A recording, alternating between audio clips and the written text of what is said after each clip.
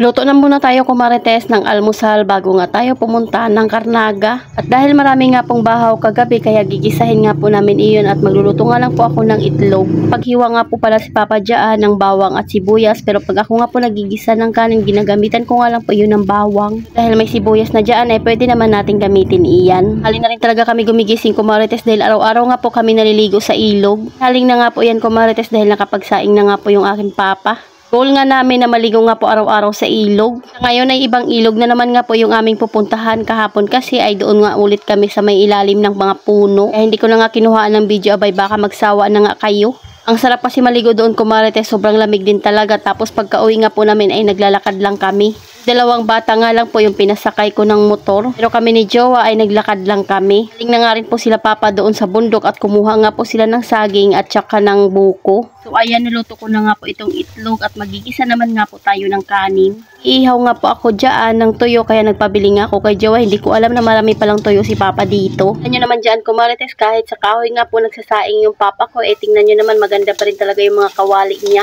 Lang naman uminit yung mantika kaya nilagay ko na nga po yung bawang at sibuyas. Tapos ito nilagay ko na nga rin po yung bahaw. Lahan nga lang po natin ito ng asin at kaunting bitchin. Yung bitchin nga po dyan ay kaunti lang talaga yung bukas kaya naman paulit-ulit nga po yung paglalagay ko. Halo-haluin nga lang po natin ito para mag-combine nga po yung panlasa niya. Lalagyan ko nga rin po pala ito ng itlog kaya naman nilagyan ko nga po ng butas dyan sa gitna. Gustuhan kasi nila Kuya Sian yung una ko nga pong luto ng sinangag na may paganitong itlog. Pang ako nga po ay nagsasangag, si Jowa naman nga po ay nagtitimpla na ng kape. Ilang saglit lang naman kumarites ay luto din naman ito kaya sabi ko nga kay Jowa ay tanggalin niya na nga po dito sa pagkakasalang. Dahil ako nga po ay magsusugba ng daing or tuyo. 10 pesos nga po ang bili namin isa nito. O diba hindi mo na nga kailangan gumamit ng mantika ay dito lang sa may baga ay pwede ka nang magluto ng tuyo. Sobrang sarap lang din talaga nito kumarites, lalo na nga kung minsan ka lang makakain ito. Lagyan mo nga lang ito ng suka na tuba ay talaga namang solve na ang iyong pagkain. Pling ulam lang dito sa probinsya ay solve ka na.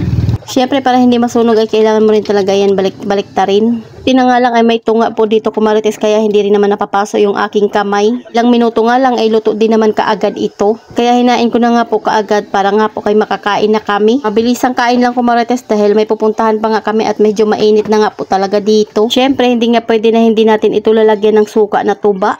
Talaga yung lalo mas magpapasarap dito sa ating tuyo. Si Jowa naman nga po ay nilalagyan niya na ng kanin yung dalawang bata pati na nga rin ulam.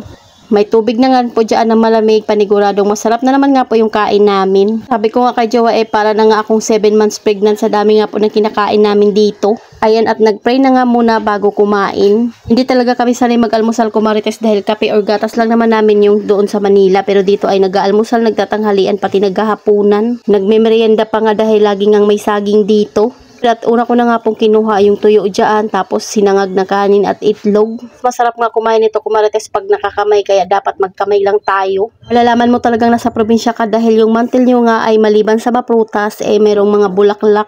Habang kami nga ay kumakain dyan, ay nagkikwentuhan nga po kung saan na naman nga po kami susunod na lalangoy. So ayun lang muna kumarites, salamat sa panonood, follow for more, God bless us, at sana i-share nyo na nga rin po itong aking video.